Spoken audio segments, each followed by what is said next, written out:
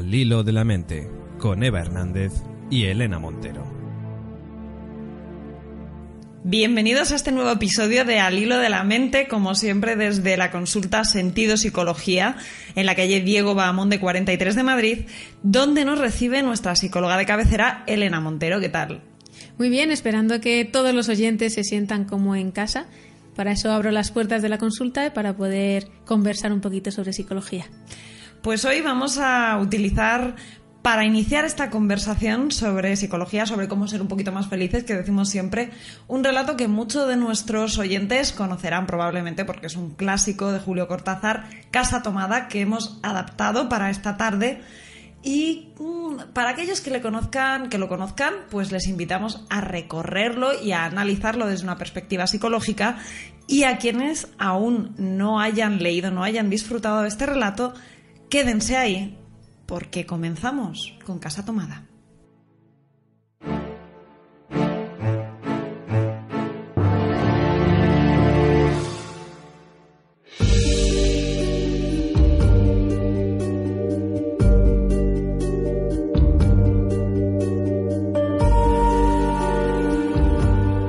Les gusta la casa porque, aparte de espaciosa y antigua, guarda los recuerdos de sus bisabuelos, de sus padres, de toda la infancia. Irene y Julio están acostumbrados a vivir solos en ella. Esto que parece normal es en realidad bastante locura, porque en esa casa podrían vivir tranquilamente 8 personas sin estorbarse. Ellos hacen la limpieza por la mañana, almuerzan al mediodía siempre puntuales. Les gusta ese momento de comer. Piensan en la profundidad, en el silencio de esa enorme casa y se sienten satisfechos porque pueden mantenerla limpia. A veces piensan otras cosas, menos halagüeñas. Piensan, por ejemplo, que son las paredes de esa casa las que no les han dejado casarse. Irene rechazó 2 pretendientes sin ningún motivo. A Julio se le murió María Esther antes de que llegaran a comprometerse. Ahora tienen unos 40 años y, aunque nunca lo hablan, son conscientes de esa especie de simple y silencioso matrimonio de hermanos que es ya su destino. Piensan que al final esa casa será para sus vagos y esquivos primos. ¿Qué más da? Irene es una chica nacida para no molestar a nadie. Aparte de su actividad matinal de la limpieza, se pasa el resto del día tejiendo en el sofá del dormitorio. Los sábados, Julio va al centro para comprar lana y aprovecha esas salidas para dar una vuelta por las librerías y preguntar vanamente si hay novedades en literatura francesa. No necesitan ganarse la vida. Todos los meses les llega dinero del campo y la cuenta va creciendo mes a mes. Irene solamente se entretiene tejiendo. Tiene una destreza maravillosa y a Julio se le pasan las horas viendo cómo las manos de ella se mueven como erizos plateados, ese ir y venir de agujas, las canastillas en el suelo que contienen, agitándose, 2 o más ovillos. Pero bueno, no os quiero hablar de esto. Yo de lo que en realidad os quiero hablar es de la casa. Repasemos su distribución. Está el comedor, la biblioteca, 3 dormitorios grandes, y esto conforma la parte más retirada. Después hay un pasillo con una inmensa puerta de roble que aísla el ala delantera de la casa, donde hay un baño, una cocina, otros 2 dormitorios y un living central. Cuando la puerta de roble está abierta, uno se da cuenta de que es una casa grande. Si no, da completamente la impresión de que es un apartamento de los que se construyen ahora, donde uno apenas puede moverse. En realidad, Irene y Julio viven siempre en la parte delantera de la casa y casi nunca atraviesan la puerta de roble, salvo cuando toca hacer la limpieza, claro. Y ahora les voy a contar lo que ocurrió haciendo un resumen breve, sin detalles inútiles.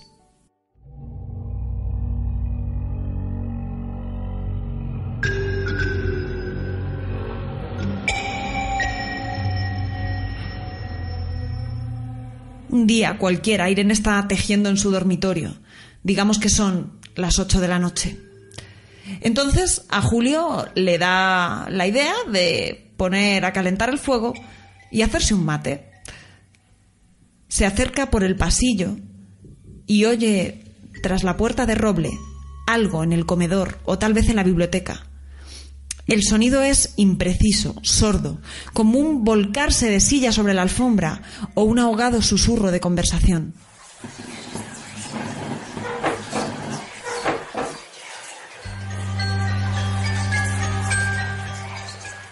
Al mismo tiempo, o unos segundos después, se oye algo similar al fondo del pasillo, ya no hay duda. Se tira contra la pared antes de que sea demasiado tarde, cierra la puerta de roble de un golpe. Apoya el cuerpo contra ella.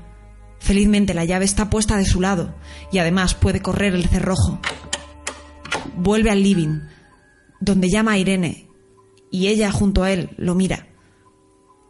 Él le explica: tuve que cerrar la puerta del pasillo. Han tomado la parte del fondo. Irene deja caer en el suelo el tejido que estaba entre sus manos y lo mira con ojos graves, cansados. ¿Estás seguro? Él asiente. Entonces, dice Irene recogiendo las agujas, tendremos que vivir en este lado. Los primeros días les parece penoso, porque ambos han dejado en la parte tomada muchas cosas que querían. Él, los libros de literatura francesa, y ella, una botella de esperina. Pero también hay ventajas. Oye, la limpieza ahora se ha simplificado mucho y se pueden levantar tardísimo, solamente le tienen que dedicar a lo sumo 1 hora y media, así que a partir de las 11 ya están de brazos cruzados. Aprovechando este tiempo recuperado, han empezado a cocinar juntos. Julio prepara el almuerzo y mientras tanto, Irene cocina los platos fríos que van a cenar por la noche. Irene está razonablemente contenta porque ahora tiene más tiempo para tejer. Julio anda un poco perdido, echa de menos sus libros que han quedado al otro lado de la puerta, pero para no afligir a su hermana, se aficiona a revisar la colección de estampillas de su padre y eso le sirve para matar el tiempo. He dicho que no iba a detenerme en detalles, así que voy al grano. En realidad, es repetir casi lo mismo, salvo por las consecuencias. Un día antes de acostarse, Julio siente sed. Le dice a Irene que va a la cocina a servirse un vaso de agua. Desde la puerta del salón, oye un ruido en la cocina, o tal vez en el baño, porque el codo del pasillo apaga el ruido. A Irene le llama la atención la brusca manera de detenerse de Julio, y se dirige a su lado sin decir palabra. Ambos se quedan quietos, escuchando los ruidos, notando claramente que están a este lado de la puerta de roble, a su lado de la puerta de roble. No se miran siquiera. Julio aprieta el brazo de Irene y la hace correr consigo, sin volver la cabeza hacia atrás. Los ruidos se oyen más fuerte, más cerca, pero siempre sordos a sus espaldas. Cierran la puerta de golpe y se quedan en un estrecho zaguán de 2x2. Han tomado esta parte, dice Irene. El tejido le cuelga de las manos, pero las hebras de lana que conectan con el ovillo pasan por debajo de la puerta. ¿Tuviste tiempo de traer alguna cosa?, le pregunta Julio inútilmente. No, nada. Están con lo puesto. Se acuerdan de los 15.000 pesos que están en el armario del dormitorio, pero ya es tarde. A él le queda el reloj de pulsera. Lo mira. Son las 11 de la noche. Rodea con su brazo la cintura de Irene. Piensa, sin confirmarlo, que ella está llorando. Abandonan la última estancia de la casa, dejan el zaguán atrás y cierran la puerta de la calle. Antes de alejarse, comprueban que efectivamente la puerta está definitivamente cerrada y tiran las llaves a la alcantarilla, no sea que algún pobre diablo se le ocurra acercarse, intente robar y se meta en la casa. Esa casa que ahora es una casa tomada.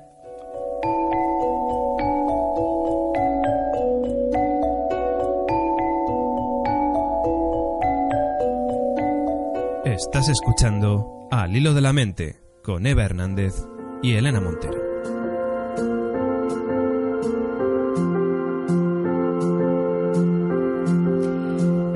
Pues este ha sido el relato de este episodio de Al hilo de la mente, Casa tomada, de Julio Cortázar, un clásico que nos hemos permitido adaptar ligeramente para que tuviéramos espacio en este Al hilo de la mente para narrarlo, y ahora vamos a hablar de un tema que nos afecta a todos, que lo sufrimos todos, que es el miedo. Pero bueno, he utilizado, Elena, la palabra sufrir, que no sé si es muy apropiada porque el miedo tiene una utilidad, ¿no es así?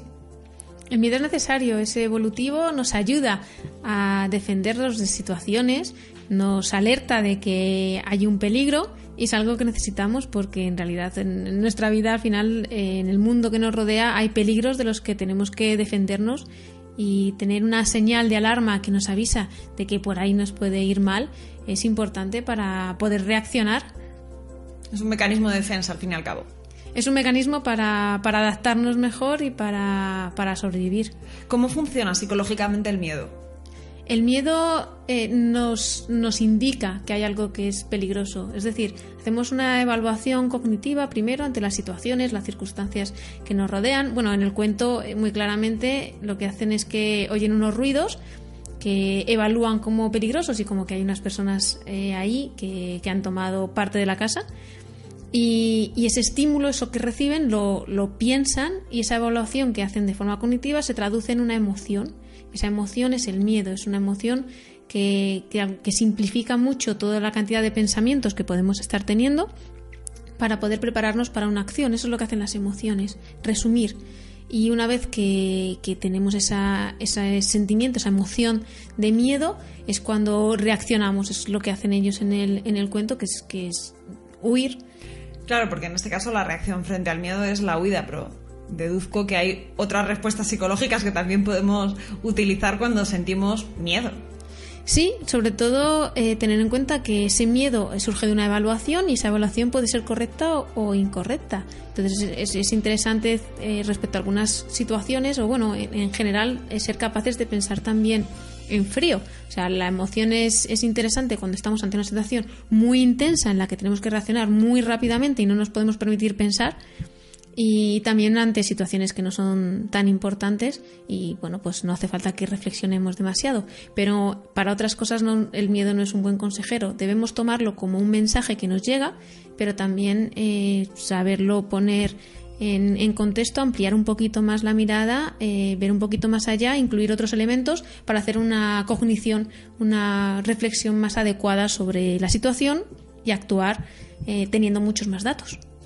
Bueno, en el lenguaje cotidiano, en el lenguaje coloquial, digamos que en el campo semántico del miedo se juntan diferentes conceptos que me gustaría, Elena, que nos ayudaras a definir un poco, ¿no? Hablamos normalmente de ansiedad, hablamos de miedo, hablamos de fobia, como si fueran sinónimos, pero no lo son.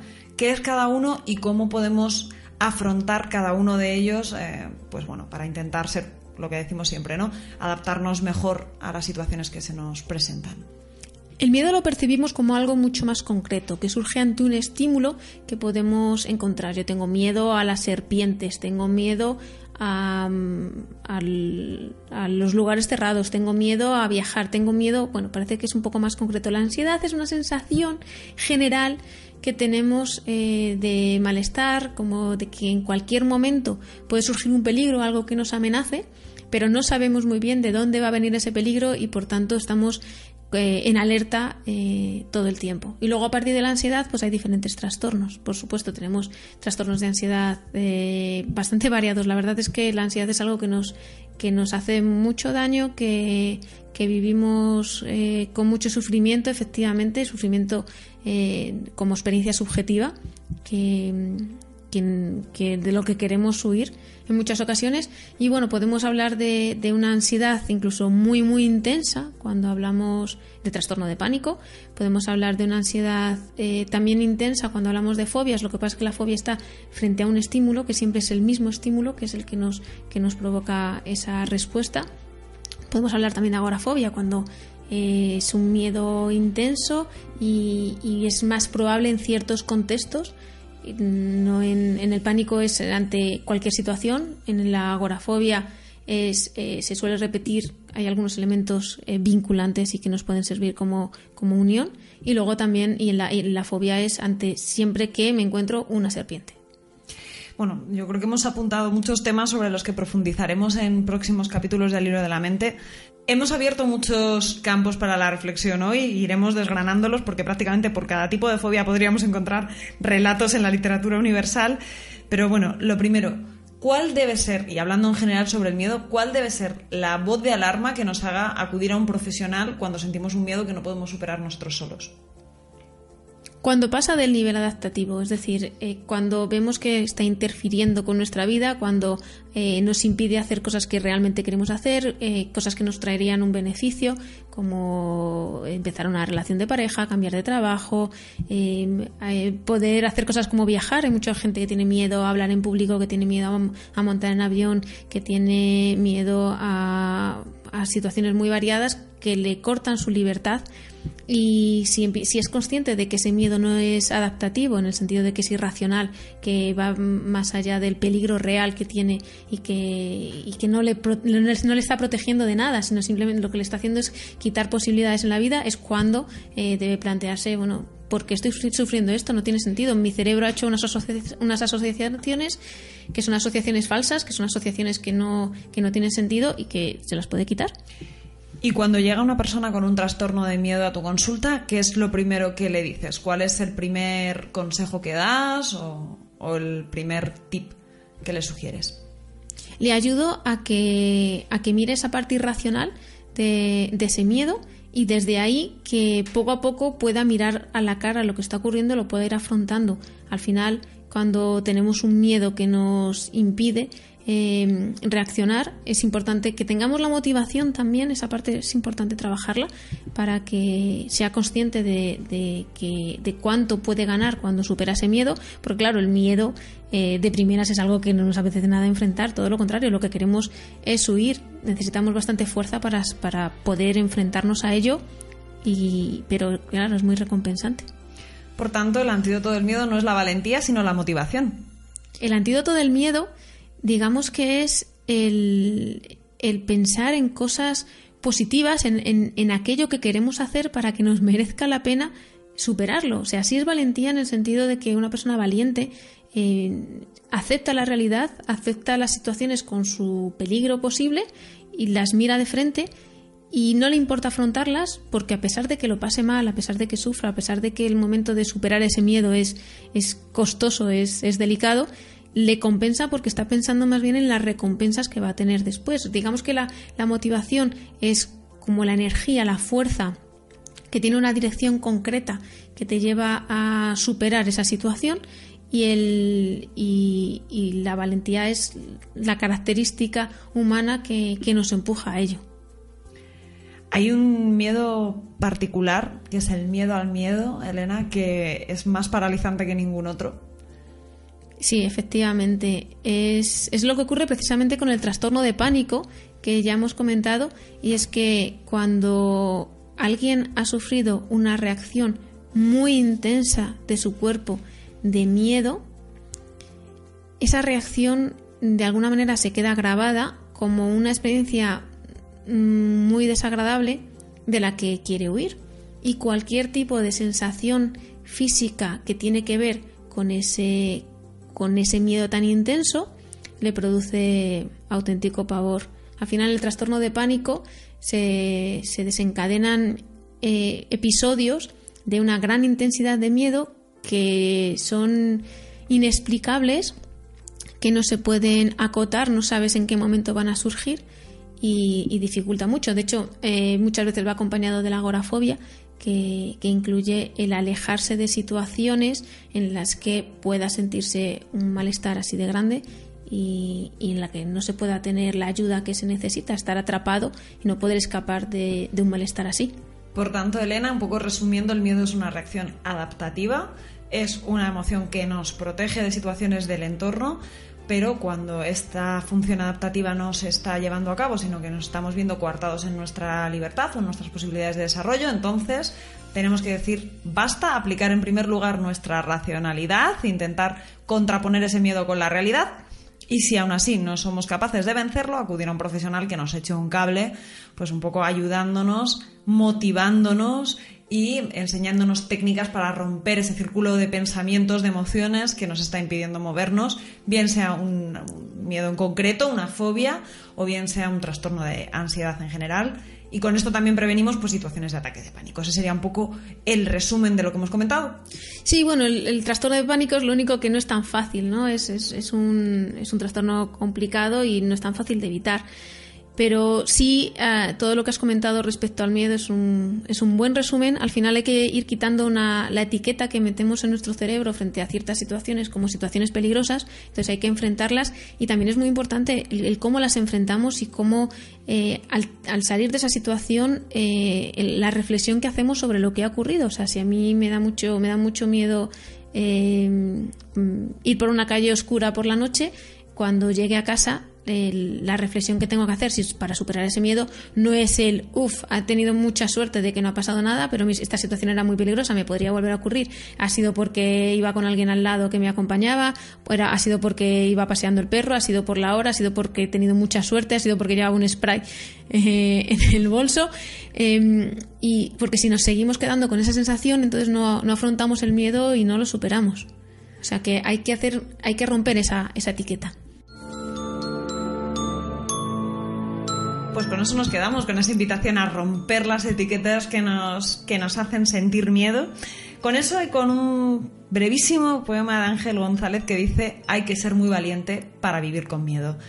Muchas gracias por estar ahí una vez más en Al Hilo de la Mente. Nos podéis encontrar en nuestras redes sociales, en Facebook, en Twitter y en Instagram. También a través de la página web de Elena Montero, elenapsicóloga.com.